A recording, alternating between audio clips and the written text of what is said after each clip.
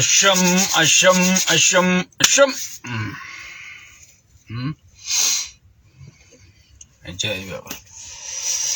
Ajaa'ib rabbiitii bar dubbiin. Takka agartan jeesa. Alaykum salaam.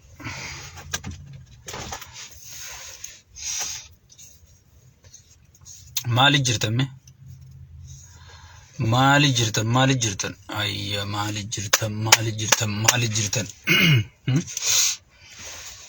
Wa alaykum salaam wa rahmatullahi wa barakatuh. Bagana ganduftan. Bagana ganduftan, Abo kam jirtan isin. Wa alaykum salaam. Isin ummata assalamu alaykum jee wal arrabsumi.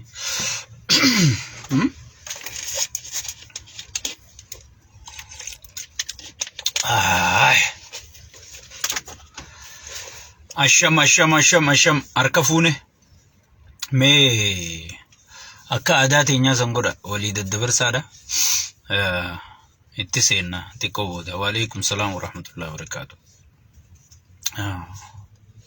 Dhimma daa'ima duutee sanirratti oduu ammee qabna. Oduu amma nu geessee qabna keeysaanii sanillee isiniif dubbanna. Isimee invite share godha walii daddabarsa. Rabbiin isinuma jallise gaa. A'uuzu billahi minash shaitaan. Yoo sabuma ajaa'ibaa keeysa rabbiin uume. Sabuma ajaa'ibaa keeysa rabbiin uume. Allah osoon daa'imni xiqqoon gudeedamtee darbamaa jirtu. Namni ibiddaan gubachaa jiru. Namni mana keeysatti gubachaa jiru. Namni abaariin dhumaa jiru. Dhimma hudduu ajandaa godhattanii haasoytan. Aboona alanni isinitti haabu. Yaa warra kana fidee ajandaa godhu. Yaa warra fidee dhimma hudduu Oromoo ajandaa godhu zoon lubbuu jirru. Rabbi gatii keeysan isin haa kafalu wallahi. Hudduun tun tasiitii miti tanumarra wallolu jirtanii. Tana ajandaa nu gootan fiddanii osoon namni lubbuudhaa boo'u jiru. Osoon namni daa'imni xiqqishoon kichuun citaa jirtu. Mee nuti isiniin kun namuma akkamii? Mee namuma akkamii iftaajjaba? Sanuu siyaasa beena. Yaa warma amma nuun shawwaddu. Ganaa nuun shawwaddu. Oromoo siyaasaan galteef yaa warma amma takkana warri siyaasaan galeef isinii kanaam. Mee isinii namni siyaasaan galteef dhugatti.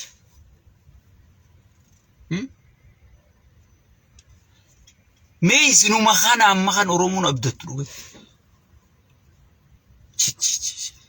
Baay'ee takka rabbina wallahi ifittiin gaddi. Bilziqinnaan hojii siiti. Akka nuti ajandaa hoshoraa gaxaanaa akkanaati yeroo teenya gubnu. Ajandaa faayidaan qabne kanaan akka nuti yeroo teenya gubnu. Akka nuti wal keessa hidachaanee waliin mari'anne. Isaaniif ililiidha sigale. Tanaafi gartee deeggartoonni isaanii oowwisan. Annamuma sabaafin qabsaawajuu, sabaafin sagalee taajuu, sabaafin dubbadajuu, kawaan kana ajandaa godhatee jala deemee oowwisuutu ajaa'ibaan najjeese sigale. Hojiin jaraa tana sigale. Oromoo yoo danda'an gosaan diigu, gandaan diigu sigale. Amantiin diigu. Ajandaa lubburraa hoggee ati lubbuu haasoytee addunyaan akkam taana jettee gartee addunyaan si dhageeffachuu jirtu. Ajandaa fuudhanii lubburraa hudduu deebisuu kun gartee hojii piipiiti. Sirri gaggeessaa fi jirtan if eeggachuun beeytan. Eenyuun nuu qopheessee ajandaa. Namni kun haadha manaatii fi abbaa manaati. Abbaan manaa naa taatee je waayu baqqaa dhumatti hangasi.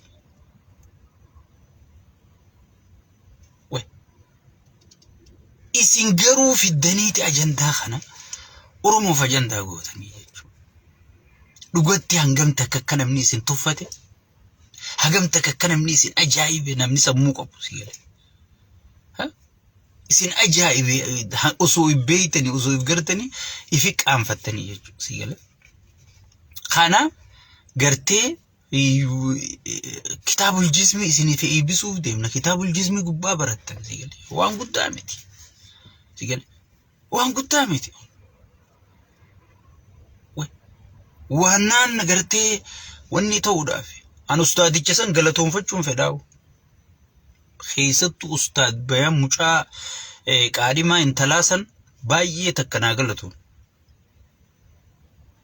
akka ati hamileen talasanii gabbuuftu akkan talasan ati xiqqeessitu akkan talasan ati arrabsitu akkan talasan ati gartee waa jetteen irratti niyaasii cabsituu fi waan akkasii dalaganii jechuudha garuu abshir jetteen jajjabeessuun dhalaantu waa sadii obboleettii teenya haadha mana keenyaati takka qaadimaa teenya jechuudha dhalaa jechuun kabajaa qabdi bira addunyaa biratti keessattuu aadaa oromoo faa keessatti bar saati siinqee dhuftee siiqee siidduu qabnaan dhumattee bar lolli sun ichuma dhaabbataa bar sigale lolli sun ichuma dhaabbata hangas takka dhalaan aadaa oromoo keessa kabajaa qabdi arra dhalaa xiqqeessitanii sigale dhalaa matarratti hin deemu qabna malee dhalaa keenya kabaju qabna malee yoo isin nu dhooyitellee asitti kennu qabna malee gatti qeesine hamileesi cabsine maal goone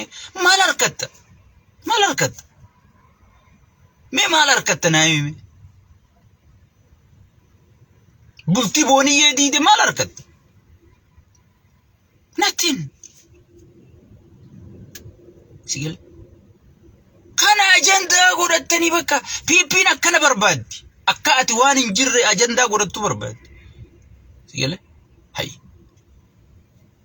obboleessuu xiqqollee taatu please aboo hawaasa akkanaan ta'inaa rabbi yaa hay namni abdii isinirraa murataa ho'i bara hawaasuma akkamiifiin qabsaa'u jira hawaasa akkamii tugartee wanna najaa jeeti bar namni ajaa'ib isin ajaa'iba bara yeroo maal taatan hay that is a private personally waan dhimma namoota san idduuti sigalee isaanaa fixatanii manguddoo yaa mana abaluu dhaqaa haasawa gagagaga manguddoon tiktok tun abo rabbiin sigale yaa Trump rabbi sodaadhu tiktok kana dafi yaa boobaatiin sadeen sun silaa dhufte yaa rabbii tokkicha baatii sadeen sanin nu dhaqa sigale ummatuma kana silaa ummatuma tiktok ifinjuu kana uzoo iyyanar kubaadde sigale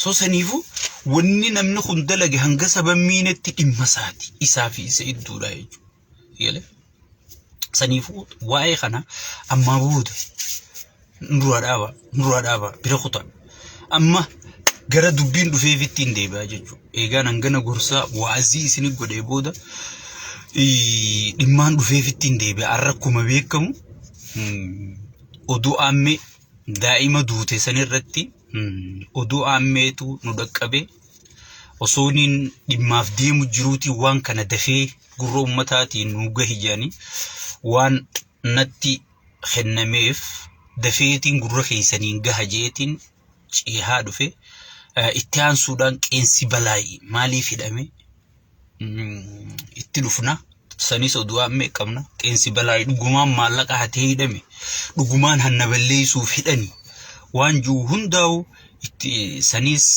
waaniin arkadherraa isiniifin hima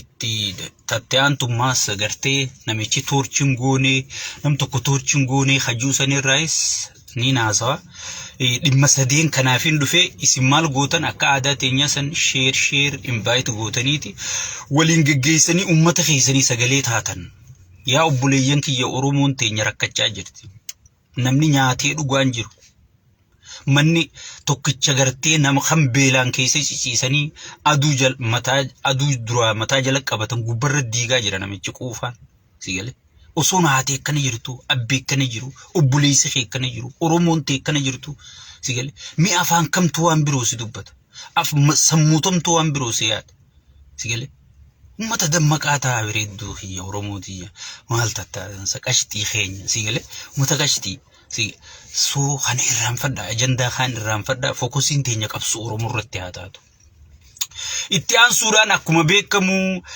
miciyyoo daa'ima waggaa 10 aanaa meettaa walqixxee keessatti gartee shawaa kanatti ajjeesuun gudeedanii ajjeesanii mukarra darbuun isaanii ni yaadatama. Nama jechuun gara jabina ajjeechaa suukanneessa tagara jabina tagartee addunyaan guutuun ajaa'ibti. Maaltu daa'ima kana garaa kamtu daa'ima kana akkana si godha jettee addunyaan guutuun taajjabdee irraa baate biyya teenya keessa raawwatamuun isaa ni yaadatama jechuun sigalee Simboo Birhaanuu maqaan isii miciyyoo jedhamtu waan taateef waan godhameef bal'inaan raayyaan ittisalleen oduu informationii nu geessee jirti jechuudha. Dhuguma waan san raayyaan ittisaa godhee jechuu gartee ummanni guutuun irra rifatee ture jechuudha. Haa galatoomani ummanni gartee odeeffannoo nungahanii jiranii nutiis gurra ummata keenyaatiin gayoon dirqama keenyaa jechuudha. Dubbiin akkana duuti miciyyoo mirkana. Sigale micoon duutee jirti gudeedamtee jirti maaliif wanni sun tahame jenneeti gabbuunee qorannee maddoota keenya hundaa'u qunnamnee dubbii dhugaa qabannee dhufnee jechuudha. Miciyyoo akkuma beekamu jidduu kana raayyaan ittisa biyyaa lola didee jira. Dhiiga wal gannaquun wal gartee lola waloo lola keeysoo loluu dadhabnee jira. Kan akka oduu zoon hin taane isiniis arkaa jirtanii jechuudha. Dheengadda khalillee isinii gabaaseetiin ture bira Field Marshal Biraanuu Juulaatii fi sheeyxaantichi qaallichi Abiyyii fi injuu sheeyxaanni kun hoggii namni du'e gammadu, hoggii namni buqqa'e gammadu, hoggii gartee dhiini namaa sirritti keessaa'u dhiini Oromoo gannaqame gammadu. Sigalee walafaan dhaabbachuun isaanii mirkana 100%. Waan olola ozoon hin taane waan dhibbatti qabriiti jettetti kakaddu jechuudha. Wal dura dhaabbatanii wal sukkuumaa jiraachuu halee isinii gabaaseetiin ture jechuudha. Halee isinii gabaaseetiin ture. Itti aansuudhaan jeneraaltichi paarlamaa Itoophiyaa irra dhiyaatee dubbate waan gartee keeysoo waraanaa keessa deemu jiru sigalee. Waan keeysoo waraanaa keessa deemu jiru ol baasee dubbatee jechuudha. Erga hunundi tahee obboleettiin teenya taraayyaa ittisaa jeneraaltittiin sunis huccuu jijjiirrachuu dadhabne. Takkaa bishaan qabbanaa dhuyneen beenu shaawariif galleen beenu jettee eega isiin ummata si dubbatte booda ummanni Itoophiyaa hundinuu haidaan sheeyxaanticha kanaatu waliin nufitu jira malee. Edaan raayyaan ittisaa joolleen teenya. Nu dhaga'u jirti jaalattee godhaan jirtu jaaniiti ummanni raayyaa ittisa biyyaa kanaaf gartee walit dhihaachuu gartee gurra laachuuf raayyaa ittisaa kana ifit dhiheessuu eegalee jechuudha. Akka ilmaan isaanii kunuunsuu eegalee jechuudha. Ifin dabriitiin umaatu sadarkaa gartee Oromiyaa keessa sossoofaa sadarkaa waboonuu wal qunnamsiisanii gartee manguddoo waliif fiddee share information sigalee oduu wal jijjiiruu irra gahaniiti jiranii jechuudha. Kanaaf bineensi gartee dhiiga namaa malee hin jiraanne lubbuun asit dhufteefi jechuudha. Inni lolli dhaabbannaan guyyaa sani guyyaan xumurasa. Biraanuu Juulaatiin maal jee lola dhaabu qabna sigalee raayyaan ittisaan harkaa dhume joolleen gartee lolaan jirtu. Lola waloo godhu jirra malee lolli biyyaa wajji godhu jirru ozoon Masriin nu qophooytu ozoon Keeniyaan nu qophooytu amma Keeniyaa fi Masrii wal ta'u jiraachuu gartan mongar sigalee ozoon Soomaleen nu tuffattee lammii keenya wali qabdee fiddee daangarra nu naqaa jirtu sigalee os nu akkana